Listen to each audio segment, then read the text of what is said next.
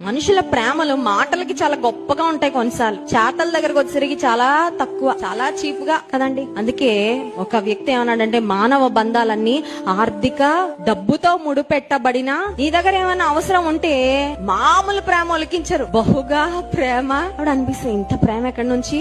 మా అమ్మ నాన్న కూడా నన్ను ఎప్పుడు ఇంత ప్రేమించలేదే. ఇంత ప్రేమ ఏంటంటే, ఏదో అవసరం ఉంటది నీతో.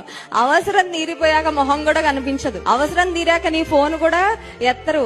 అవసరం తీరిపోయాక నీ ఫోన్ నంబర్ బ్లాక్ లో పెట్టేస్తారు. తెలుసా అండి, చూసారు అలాంటి వాళ్ళని? కుప్పలు తిప్పలుగా కనబడతారు ప్రపంచంలో.